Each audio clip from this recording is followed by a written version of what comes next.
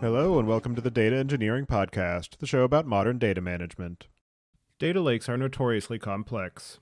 For data engineers who battle to build and scale high-quality data workflows on the data lake, Starburst is an end-to-end data lakehouse platform built on Trino, the query engine Apache Iceberg was designed for.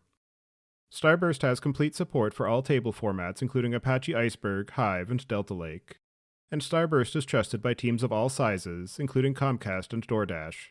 Want to see Starburst in action? Go to dataengineeringpodcast.com/starburst today and get $500 in credits to try Starburst Galaxy. Your host is Tobias Macy, and today I'm interviewing Petr Janda about Synq, a data reliability platform focused on leveling up data teams by supporting a culture of engineering rigor. So, Petr, can you start by introducing yourself?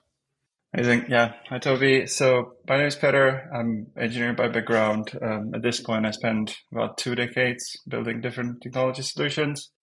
And especially the last 10 years, I spent a lot of energy on building not just kind of typical engineering teams, but also technology which is spanning engineering and data, mainly in kind of scale up organizations. So I had a chance to scale a few teams somewhere in range of from few people to about 150, which gave me also a lot of kind of learnings and experiences of building both engineering and data systems together. And most recently, 2 years ago, I started a company called Synq, where I started as a CTO. And here we're kind of solving some of the challenges around data reliability, which are inspired by a lot of kind of these lessons learned over the last decade or so. And do you remember how you first got started working in data? Yeah, so I think it goes back to, I would say, like 2014, where I joined actually a market research company as an engineer. And there's something like special about it because you realize that the entire company exists around data, because market research is fundamentally around collecting data from the market and the industry and trying to really understand what's going on. So in that case, we focused on a lot of surveys and website tracking and really like putting all this data together.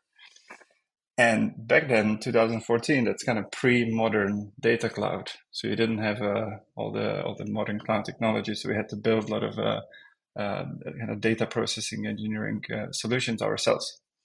And so like that was I would say like quite strong transition from typical engineering to a company where data is at the very heart, and suddenly you're gonna spend a lot of energy solving the challenges around data, which is kind of the fundamental of the company. And now, in terms of the Synq project and business that you're building, can you give a bit more overview about what it is that it does, the problem that you're solving, and some of the story behind how it came to be and why you decided that this is where you wanted to spend your time and energy? Yeah, so I think it goes back to my time at Pleo, which at the time where I was there as a CTO was a fintech. Think about like 500 people organization, about like 100 engineers, 10, 12 people working in data. And I had a responsibility for both engineering and data side of the company. And there was this moment where we had a few incidents. One of them was on the engineering side, and another one was on the data side. Now, when I work with the kind of engineering, we solved that incident. I think it was like 15, 20 minutes because it was something related to our cards. If card transactions at the financial institutions don't work, it's really high priority, and we basically deal with it almost immediately. And then I remember that issue, which we found a couple of days later in our kind of data analytics stack, we didn't resolve for like, I think it was more than a week, and it was very frustrating. And I kind of looked at it as like, it's both technology. So how so the kind of the approach is so vastly different. And so that was kind of the trigger when I felt like there is something what has to be done, and essentially started Synq. And like the underlying kind of main mission, which we felt about we should go for, is to really bridge, like close this gap and bridge the tooling from the engineering world and bring it to data analytics world. And so essentially what we're building towards is that we'll work with data teams who are powering business critical systems as much as engineers. And almost like we look back and hopefully like almost like look at some of these experiences like, yeah, this is almost like ridiculous. It shouldn't happen, and we kind of treat building data systems to the same rigor as engineers. So that's kind of like the like broader picture, and there's a lot of kind of nuances and technology solutions we have to build to make that happen. In the space of data reliability, data quality, data observability, that is a product category that's been growing in terms of overall investment and companies and solutions for the past 3 to 5 years. And a number of the vendors are focusing on different aspects of that problem space. Some of them are trying to do more of a horizontal view of it, some of them are focused on point solutions. What are the capabilities that you saw as lacking in that overall ecosystem that you're trying to address, whether it's specific point solutions that were missing or the overall experience for data teams? I'm just wondering, why is it that you saw the need to add another data reliability, data engineering rigor product and some of the solutions that you're trying to provide to solve for that?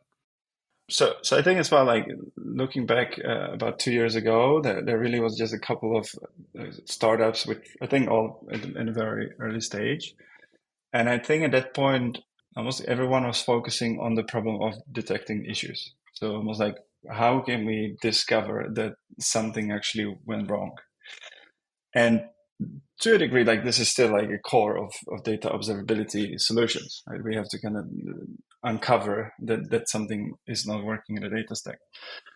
But where I felt there is like a lot of space to innovate and a lot of opportunities, actually what happens after that. So once we detect it, that certain table is missing data, or that certain test is now failing because some business validation is not met. What happens afterwards? Like, what is the workflow from the perspective of finding the right team to deal with that issue, assessing what's even the impact on the company, and is this even an issue we have to deal with right now, or is that something what can wait and be dealt with later? And then ultimately driving the whole resolution and bringing the system back to normal operations and that communicating with the rest of the company. And I feel like there's like a range of solutions or range of problems which need to be solved. I would say to a degree, even in engineering, it's still like being solved, even though like engineering is of course like way ahead from the perspective of managing business critical systems and incident management, etc. But I believe there's just like so many problems to be solved, and ultimately, especially in like today's economy, I kind of don't believe that we could be a point solution which does is one of these things. So we're very much focused on building a platform which goes end to end, from helping customers even set up the right testing strategy, from detecting issues, and then all the way to the resolution and kind of the entire workflow. To that point of incident management, on call management, incident resolution in the operational and infrastructure realm, that is a problem that has been very thoroughly explored. Obviously, there's always room for improvement, but it is something that is part of the default and assumed characteristic of a team who is operating infrastructure. For data teams, that is something that is coming to be more widely accepted, more widely understood, but there isn't necessarily a clear playbook for any given team to know what constitutes an incident. What does it mean to be on call as a data engineer or as a data platform engineer? What does resolution look like? How do I think about SLAs? Who do I notify? How often do I notify? I'm just wondering, what are some of the ways that you see those concepts being mapped into the ecosystem of data engineering and data systems?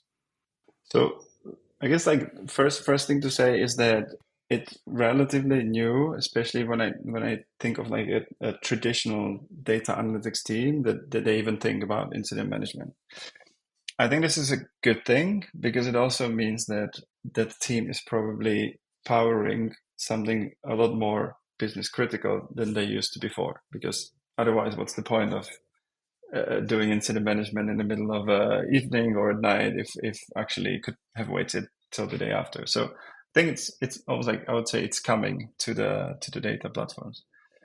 In terms of what actually has to be done, I kind of believe that data systems should be looked at as software. And in that case, I almost think there is very little we should do differently than from what we already know from engineering. So in that sense, all the kind of process from even declaring an incident and escalations and the communication around handling the incidents and towards the rest of the business or customers, I think that should be almost identical. The difference maybe here is in terms of the nature of the system, where if you look at typical data platform in a company, I think one very defining factor is that that platform is integrated to almost every system in the business. So what that means that you might be dealing with hundreds of sources of data and hundreds of use cases on top of this data, and the platform sits somewhere in the middle. When things break, you don't even know if it's inside of the platform or if it's somewhere upstream. And so where we also focus with Synq is helping understand like what is actually going on and what's happening. And I think this is critical part of incident management is when something triggers, how do I go from understand like that moment to understand this is a business impacting issue that we really have to deal with right now versus later. That I think is sufficiently different in like when you look at a traditional software system and when you look at data system, mainly due to the nature of these like very rich dependencies which go across the company. But the workflow which follows after that, I think, should be largely similar.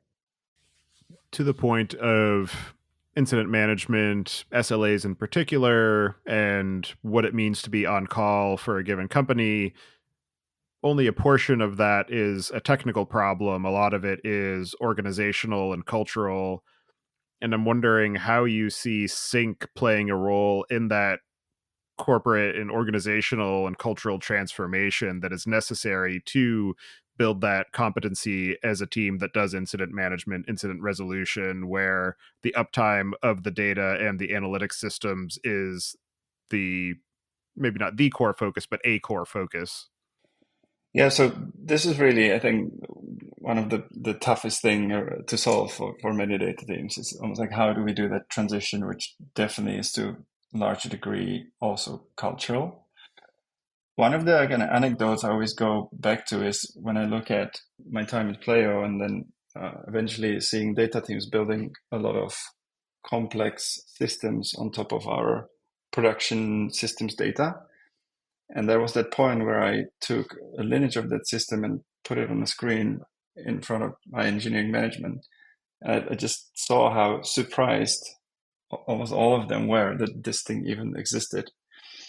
And so, like, from that point, I realized that, like, really big part of solving this challenge is actually increasing the transparency across the company of what is actually happening. Because in a way, I think there is sometimes like this bad reputation that almost like engineers are breaking data and that's bad. And I think that's definitely happening and that's true. And they also have their own kind of agenda in terms of building the product and roadmaps and very tight deadlines. But I fundamentally believe that if you tell to that engineer before they push code of if you do this, this very critical thing in the business will break, they'll not just say like, yeah, don't care, I'm going to press that button and go. And so I have my kind of work done. So I think like even helping map again the what is actually critical in the company and in the data stack to me is like something what the tooling can help with.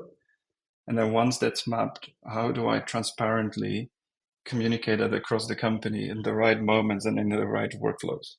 So I think there's like that's where the tooling can really help to do all that work, which otherwise is really hard. Where I saw teams in the time of, let's say, outage, where they went into some sort of lineage solution and they went model by model to find who is the owner, and then like it took really like half an hour just to assemble the list of people they should talk to, versus things like that just being completely available with one click, and you almost like have all this information to understand what's happening in the company readily available. I think that's definitely one aspect. And then I think it's all around like working on implementing these solutions and putting it in the hands of people so they actually use them. On that point of incident management, uptime for data teams, on-call rotations, the broader question is, what does it mean for a component or an overall analytics system to be down?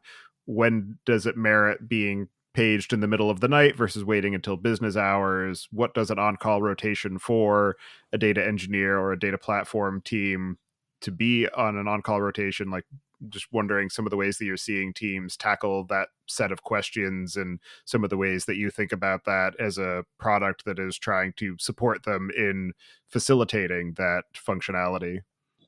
Yeah. So I think like one of the ways how we look at data systems at our customers, but in general, is that like the key thing we really want to help them with first is to like codify which parts of the data stack drive a business critical use case. So one example could be you might be automating your advertising bidding based on customer lifetime model. Customer lifetime models typically have a lot of inputs, which means they would be pulling data from a lot of parts of the company. And so I'd argue that model is one of your critical data products. And I think like the first thing is it's even helpful to codify it into platform like Synq to say that thing is a critical data product. If it's somehow affected by an issue, this is a P1 issue and it has to be escalated accordingly.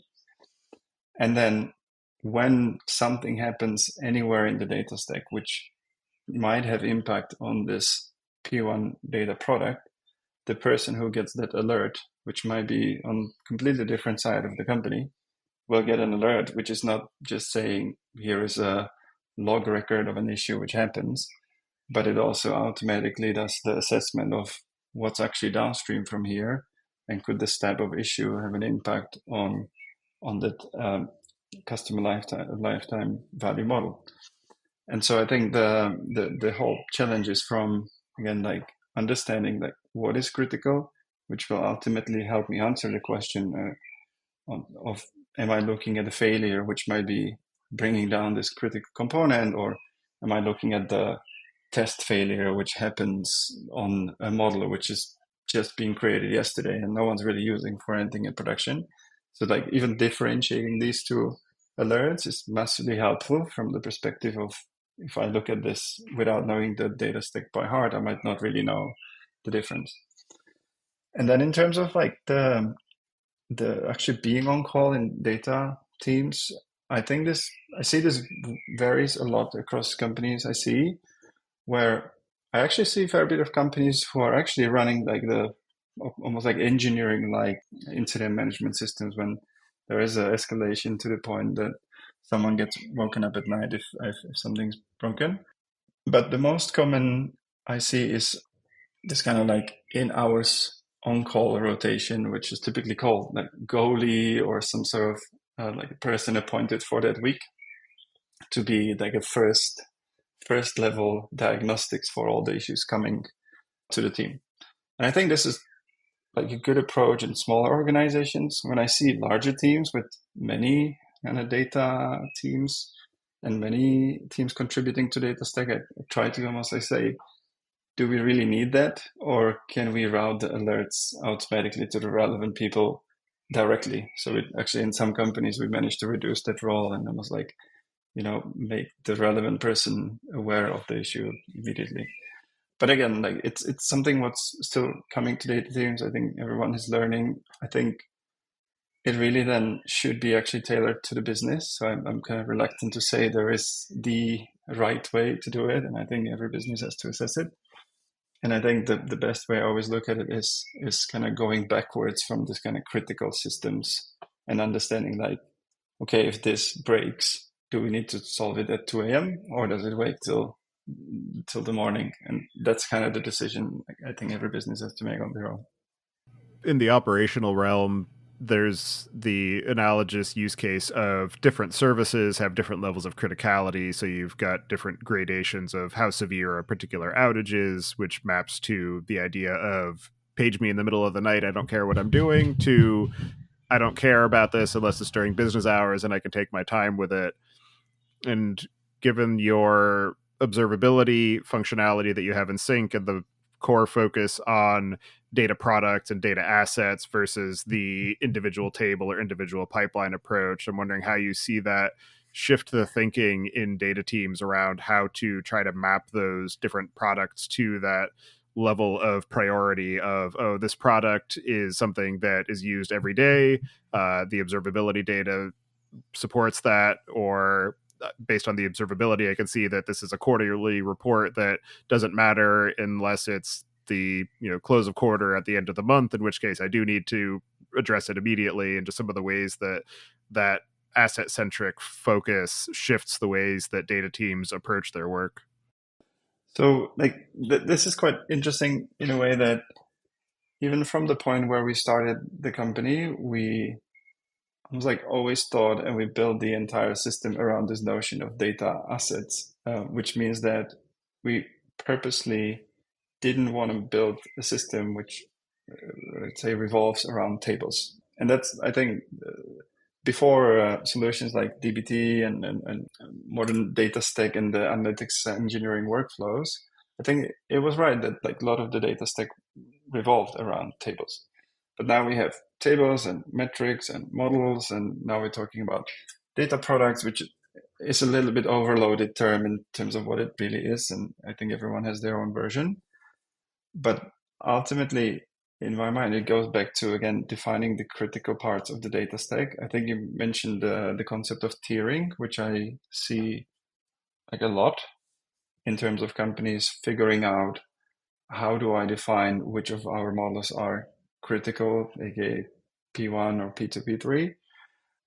By the way, a little bit skeptical about some of the technical indicators, right? Because sometimes you could look at observability data and see this has a lot of downstream dependencies. This looks important, or there's a lot of queries happening. And then there could be one asset used by like a CFO for some really critical decision used like once a month, and that really shouldn't go wrong.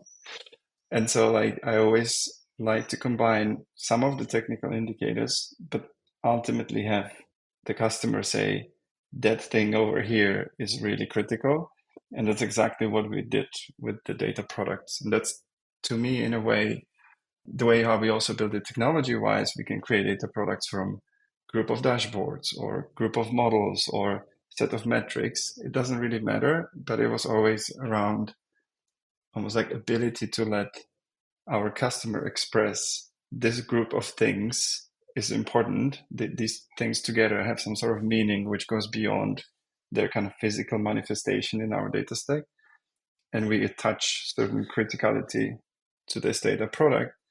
And then when things break, we want to communicate that to an engineer related to that. So I'm a really big fan of kind of data product thinking, and I was like really defining it as this is like an outcome, or like this is critical output which leads to some sort of outcome in the business.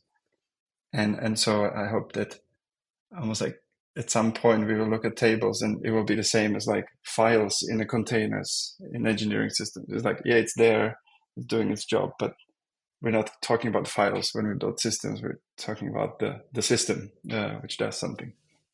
That's a good analogy. I like that idea of tables are just the files. We don't necessarily care about the tables in and of themselves. We only care about them insofar as they are useful for something else. Exactly. Yeah, exactly. The other interesting aspect of treating these data assets as a product and something that is consumed and relied on by the overall business is that it accentuates the fact that data is a team sport, and it's not just you as a data engineer doing table transformations and pipeline management. It is your efforts are in this broader context of the overall purpose of the organization and how it's going to be used. And I'm wondering how you are seeing that change the ways that data teams approach their work, both technically, but also more importantly, organizationally, and some of the ways that the rest of the organization is being brought into the work that's being done for that data engineering, data product definitions, how you see data governance maybe come more to the fore because of the fact that it is a collaborative and cross-functional problem and not something that is purely technical. So ownership actually was one of the first thing we focused on solving when we started Synq.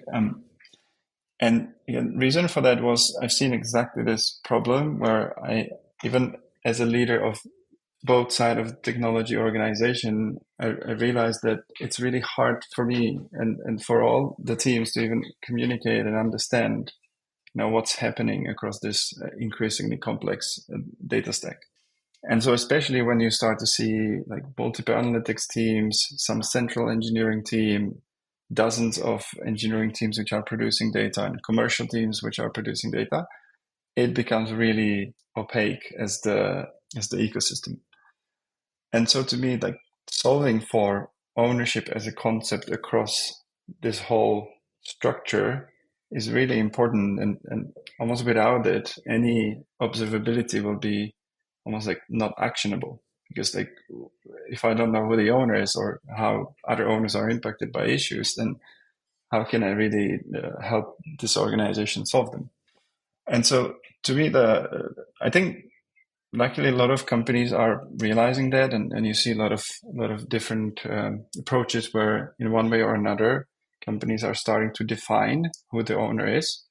The biggest problem I've seen, and still to a degree I see across the industry, is that information about ownership is a bit, let's say, not actionable. So it could be anything from we maybe are tagging our models in something like dbt, but also I've seen versions where there is a spreadsheet of saying that these folders in this project are owned by the team over here, which is probably good as like to some degree, to like on a very high level, but I think this is really hard to action. And so the way how we approached it is that our goal was to bring this to the path of solving issues, is that this ownership is projected across the entire platform. And of course, part of it is understanding that if something happens, the right owner is the first one to be notified. But then telling that owner, well, based on this issue, we see that these are the teams which are owners of assets which are downstream from this failure. So to me, like putting almost like ownership to the concept of lineage, that means that I'm starting to look at observability system from like dependencies between teams rather than dependencies between tables or data assets. So I think that's one way we definitely like to work with ownership, that we use it as a almost like a map of like we're layering the teams on the data assets. And then as we do impact assessment or like some different queries across the system, the ownership is always part of it. If that makes sense. Digging more into the Synq product itself and the technical details of how it integrates with the data systems and the organization, some of the things that are coming to mind are the lineage tracking and observability that you get from hooking into the data warehouse, looking at the table transformation logs to see what came from where. It also brings to mind the idea of these metadata platforms where you have a cross-cutting view of all the different ways that data is being transferred across different system boundaries. And I'm wondering if you can just describe a bit about how Synq itself is designed and implemented and the integration points that it has into a company's overall data suite. So I guess like maybe one way to explain it would be to start at a little bit high level, where we've built Sync around almost like a three key concepts, where one was, which we already discussed, that everything in a data stack is modeled as assets. So whatever, if it's dbt model, data warehouse table, BI dashboard, ETL pipeline, all of that is to us an asset. Then the second pillar is that we model the relationships between these assets, because that it ultimately allows us to build almost like a map of the entire ecosystem. And a third concept is something we call executions, which means that every of these assets is doing something, whether it's transforming data or creating a table or query which is going in front of the user. And if you think about these three concepts and you build your entire experience on top of it, then building integrations becomes a lot easier, because for us, like, everything is first class citizen. So whether if it's a warehouse or transactional database or transformation tool, we can model everything into these concepts. And so the first thing we've done, we focused on the heart of data platforms, which is the data warehousing. We invested heavily into dbt. Reason is obvious, that it's becoming almost like a standard for data transformations, which means that we see a lot of teams using it. And then we started expanding the coverage into the BI world. We're now working a lot on APIs and a push towards, let's say, the data sources and the ways how we can tap into ecosystem which is upstream of warehouses. And from the perspective of what does it mean in terms of integration from a customer perspective, we very much believe that a lot of this should work out of the box with like minimal configuration. So for most of the systems, we're building almost like the off-the-shelf connector, where what we really need is like access credentials and a security review, let's say, so we can actually go and connect to these systems. But from that point, everything is automated. And then we felt that in order to build the best possible solution on the market, we should do some kind of strategic investments in the infrastructure level, which means that we, for example, build our own parser for SQL, which understands a lot of kind of specific dialects of different warehouses. We understand where exactly in the files the logic for different column is, so that ultimately allows us to build like new experiences where we're, for example, starting to blend workflows across lineage and code into a lot more unified experience, which I at least haven't seen on the market. And so like the goal really here is to make sure that many of these solutions are automated. And then on top of this, we're building some of the kind of unique capabilities, which ultimately allows us to go deeper and help the practitioners to back their systems to the next level.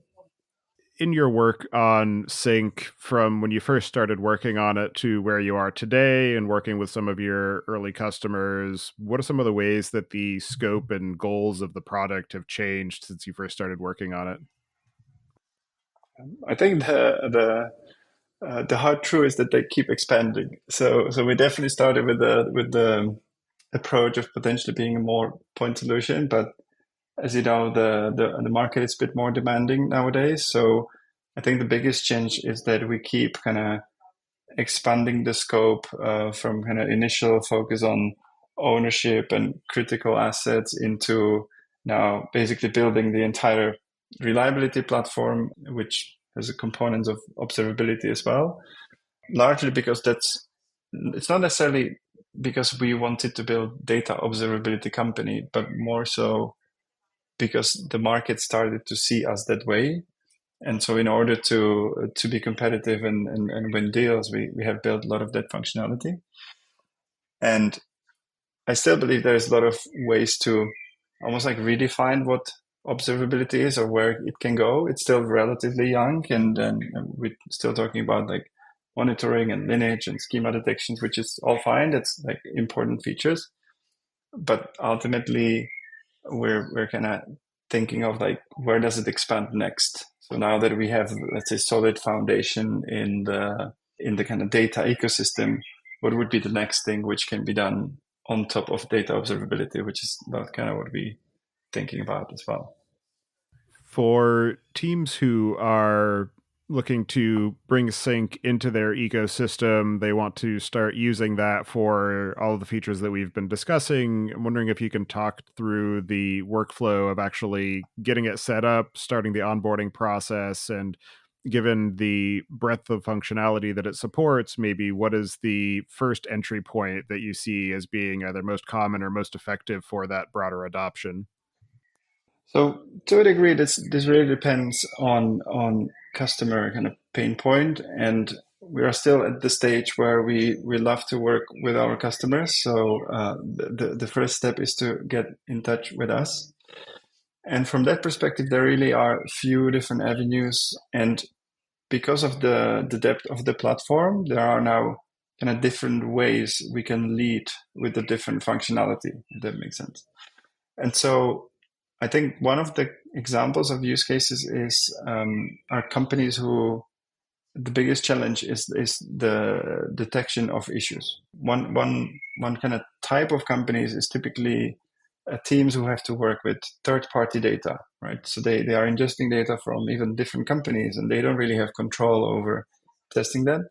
So in that case, the leading functionality is anomaly monitoring, which means that we integrate their data warehouse, we discuss where actually the critical aspects are, and then eventually deploy a set of monitors which are, let's say, fitting the let's say the type of issues which might happen with the data. In other companies, it's a lot more around uncovering the structure of the system. So we have one customer who has multiple DBT projects. Now we're working with the customer who has multiple SQL mesh projects. And for both of these, the first goal was to even like understand end-to-end picture of this ecosystem.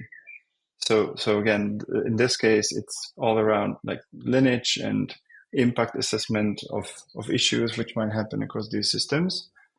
And again, the first step always is integrating into the data platforms, and then potentially in this case onboarding through the use cases around like uncovering the structure of the data stack through lineage, for example.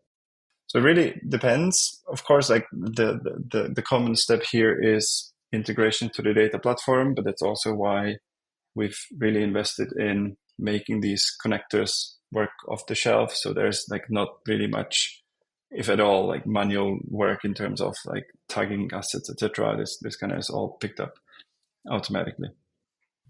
And once a team has Sync deployed, integrated, they have all of their assets modeled, they understand what are the data products, who are the end users. I'm wondering if you can talk through what a workflow or an incident resolution process looks like with Sync as the hub of that activity. So one of so once we finish the base level integration, we now have cross-system lineage. We might have like basic level of monitors deployed. The next typical step is to codify a few of these additional concepts. So one of them is codifying ownership. We do that in many ways. The most typical one is that we work with metadata from DBT, where if the team already defined owners in DBT, we simply lift that metadata and set the, let's say, mirror of the structure inside of Sync. In other teams, this could be done by specific data sets or folders in DBT projects. So we have a lot of concepts how to do that.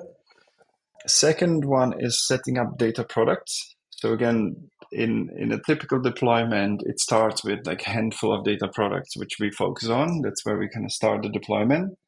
And then every customer takes it from there different ways. We have customers with 100 or so data products because they actually wanted to make them more granular. Some of them stay in the range of a handful. So it really depends.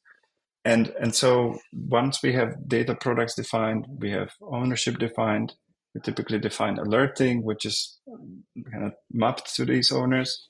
We can then run like more, like, let's say, more powerful incident management. And what that means is that a typical process is something fails in a data stack, could be either test or could be a monitor, which could come from other system like DBT, or it could be our own.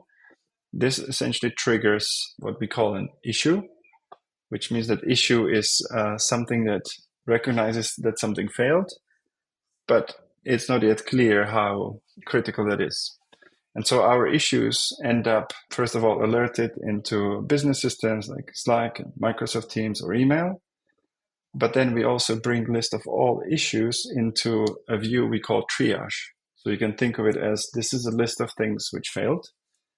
And in this triage, we're giving the person who is responsible to go through that list as much as context as possible in order to quickly assess, is this business critical, yes or no? Are there critical products impacted, yes or no? Is there a team which is important impacted? So all of that information is completely collected into one single screen where someone can go through the list and triage the issues.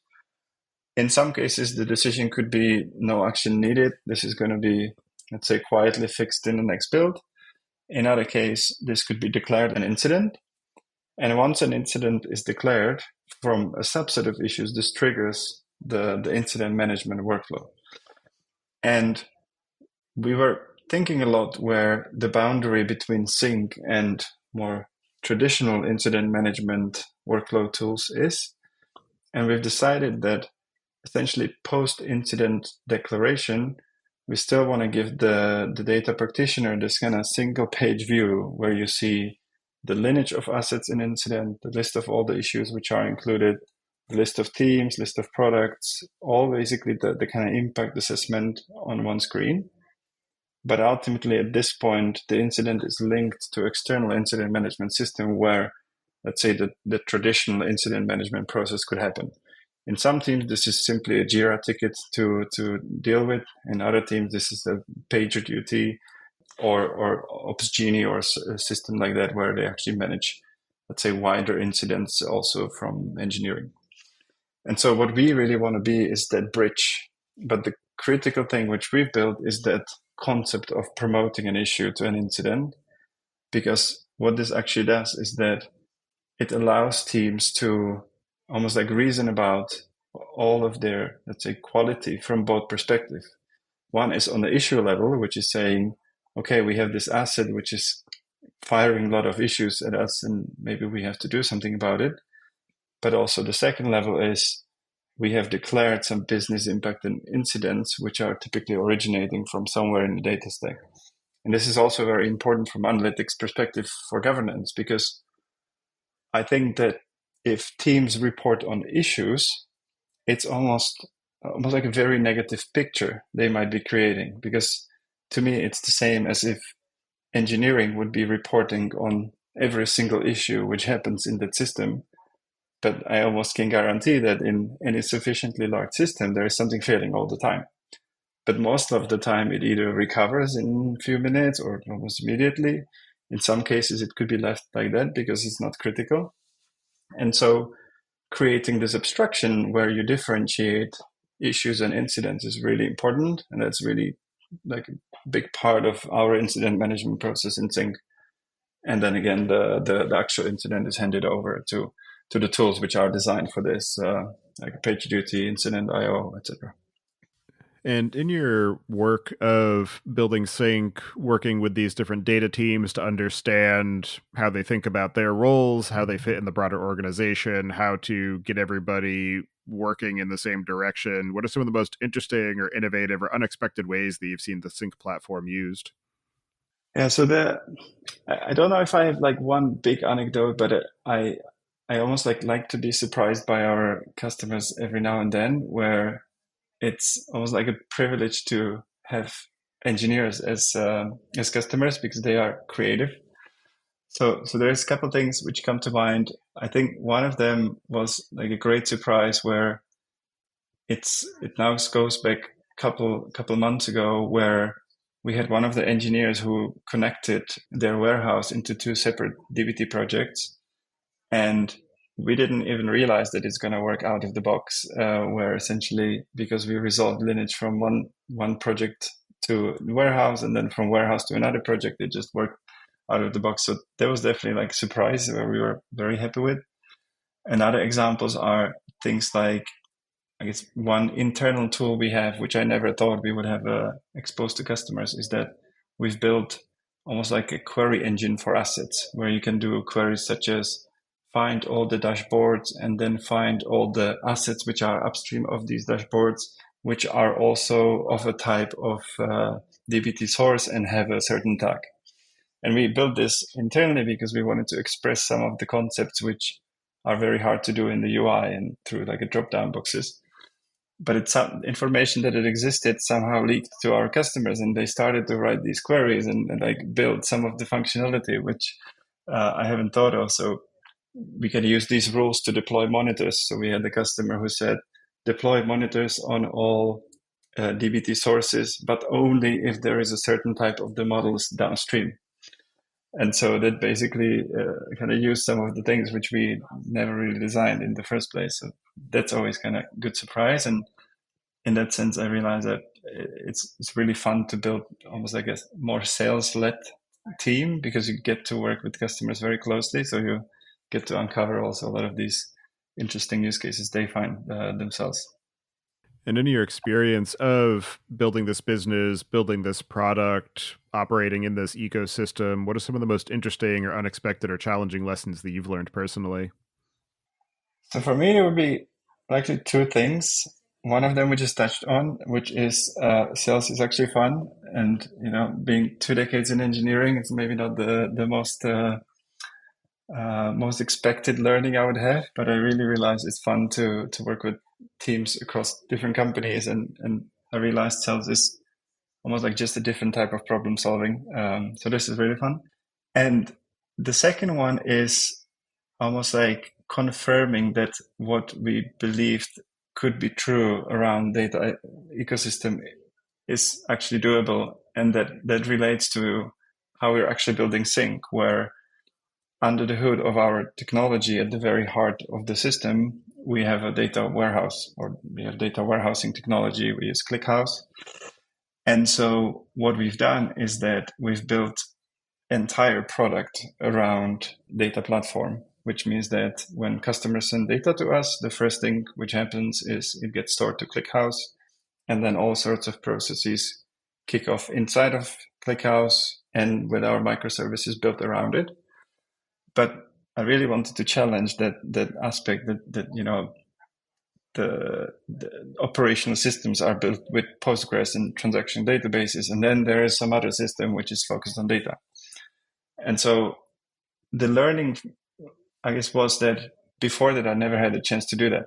It was kind of like a theoretical thing which could be done, but I always had a team where you had a warehouse managed by data team and operational system managed by engineers. And I felt that always the barrier was a bit artificial. And so we kind of delivered on that, where we put that data system at the heart of the company. We, of course, monitor it with Synq itself. So there was like really a lot of kind of problems we had to solve. But ultimately, we have lifted kind of data platform to be operational system. And that's exactly what we believe should happen across the different teams. And maybe final point on this is that I didn't realize until building Synq how powerful the concept of testing data actually could be. And the example which consistently comes to mind is that we ingest data from a lot of companies, from about 30 different types of systems, such as like Looker, DBT, a bunch of warehouses, etc. And again, we are very reliant on these data streams coming to us as a company. And you can't really test with unit tests from the software perspective that all these streams are actually working. So we also run anomaly monitoring at the ingest of the data warehouse. And we had many, many cases where we notified a customer a couple of hours after an outage saying, hey, I think you misconfigured your Looker. We're no longer ingesting data. And in that way, we're testing data, but we're detecting issues in almost like the operations of our actual product. And so maybe if I ever went back to running engineering team, I would maybe think about the power of some of these kind of data testing techniques, and how can that be enriching to some of the different ways engineers test their systems. So that's definitely something I discovered on the way. For teams who are trying to get a better handle on their data systems and maybe they're interested in incident monitoring, maybe not, I'm just wondering, what are the cases where Synq is the wrong choice? So I think that if I even look at our deals where we didn't close, I think the common pattern is that we realized that there just wasn't such a need to bring that engineering rigor or that reliability rigor into the data stack. And so I actually have this kind of qualifying question for many companies we speak with, which is focused on like what is the most critical use case for data in the company. And I'm also trying to understand like where the team is on the basis of that. And I even think like this is very good question the data team or data leaders should ask themselves. Like, what is the most critical thing I am powering in the company? Because that kind of is a good proxy, let's say, to the value you provide to the business. And so we basically need to work with the teams where that question is answered well, because we're ultimately helping them. So we can't really go beyond that. So I think that's definitely one, which means that the teams who maybe haven't yet found these business critical use cases, we might end up being a nice to have, which might be too early, maybe that comes later, but that's definitely the most common, is that maybe the use cases for data just aren't there.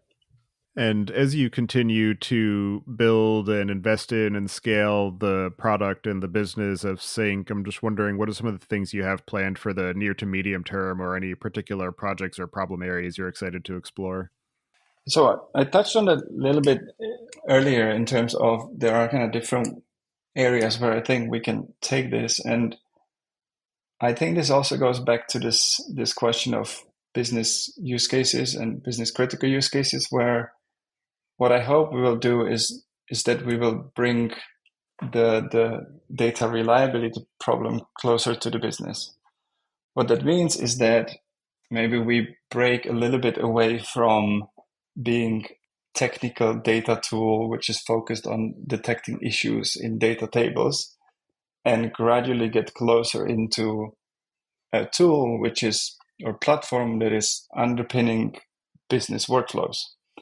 And so we have examples of this where we've been asked by our customers to send various different alerts into non-data teams. And so I really like this trend where we, for example, work with the financial institution where we are detecting issues inside of the data warehouse, but we're, let's say, surfacing these issues back in front of operational teams in compliance or in treasury, even, where we are essentially becoming part of the critical business workflows. And so I hope maybe that, again, like we discussed, that maybe tables are becoming files, and in the same sense, the data will be still like technology anchor of the solution, but really we will gradually talk a lot more around like we're solving for reliable business processes, which might or might not be just data team's problem. It might actually be involving wider company. And I think this is super important because the data doesn't originate or doesn't end in the data platform. So it would be really a leap to make data quality or reliability a problem of the wider company. And I think there is just a lot of new solutions which have to be built in order to make this topic engaging to non-data, more operational teams who maybe they don't necessarily want to see like a deep technical alerts, but they might want to see very specific type of alerts, such as we've detected these issues with your sales data. Go here to the Salesforce and fix it in this way. And suddenly it's not really data reliability. It's just we're working with the business people and helping them kind of run their business. Yeah, that's a very interesting point, as well as the data ecosystem and the organizational data economy becomes cyclical with things like reverse ETL or Yeah, operationalizing your data, however you want to term it, where the data doesn't end in the warehouse. It gets fed back into those operational systems or application systems and then fed back into the data warehouse and enriched, et cetera. And so the fact that you exactly. are Yeah, looking yeah. at reaching out into those other systems to understand what is the downstream impact of this transformation that I'm making, that is going to then feed back into the Salesforce or the HubSpot or the operational application that is feeding back into the warehouse, and it brings it more back to that cycle of it being a team sport and not a solo event. That's exactly, yeah. Like the point is to how can we bring non-data teams into the mix, because I think that's where the really meaningful change could happen. Absolutely. Are there any other aspects of the work that you're doing at Synq or this overall concept of incident management, data being a team sport, the organizational transformation involved in bringing data into these business critical use cases that we didn't discuss yet that you'd like to cover before we close out the show? Yeah, so I guess maybe one like a parting thought I have is that one of the biggest learnings I have goes back to this kind of thinking of how we built Sync, and I really hope that what we will see is a lot more of almost like data platforms and data teams being much more integrated into like wider business processes. This could be anything from like data getting much closer to engineering and actually powering a lot more user-facing systems, or the notion is, as you just outlined, in terms of data powering more kind of business critical systems. But I guess what I find would be a shame is that if we if data practitioners and data teams stay in this world of like we're maintaining company reporting, and we don't want to be woken up at night, we don't really want to be dealing with all that, because I ultimately think this is like hindering the value or like the potential of the data in the company. And so I really hope that we will see more data teams going into this business critical world. Of course, there are solutions like us and others which will help them to, have the right tooling to play in that critical league.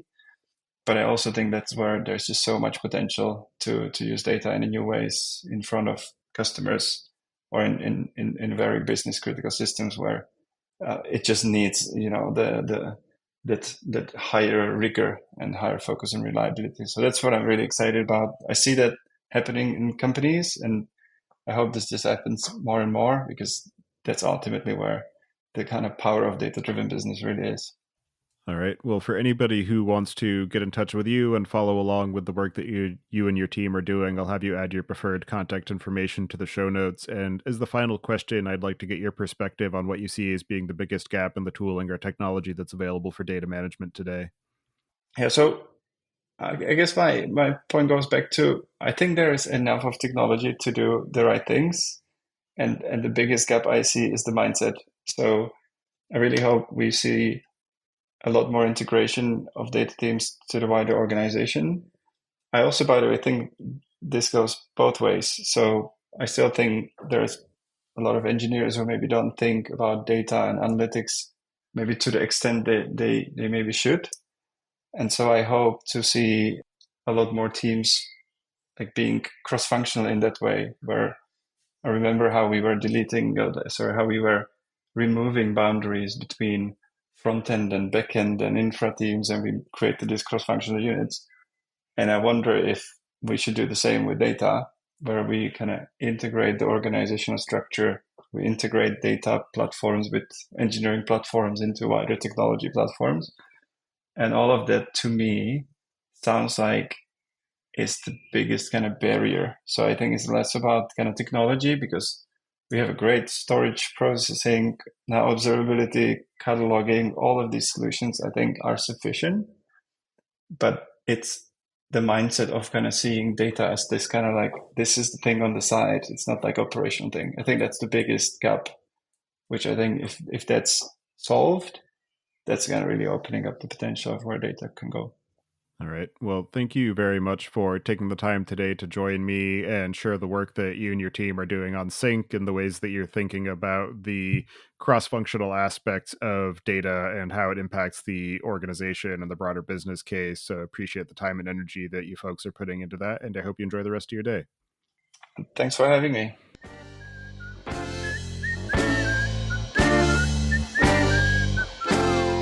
Thank you for listening.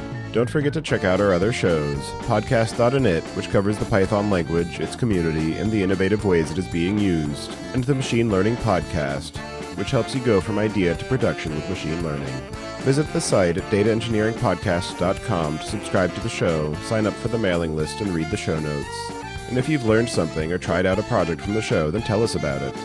Email hosts at dataengineeringpodcast.com with your story. And to help other people find the show, please leave a review on Apple Podcasts and tell your friends and coworkers.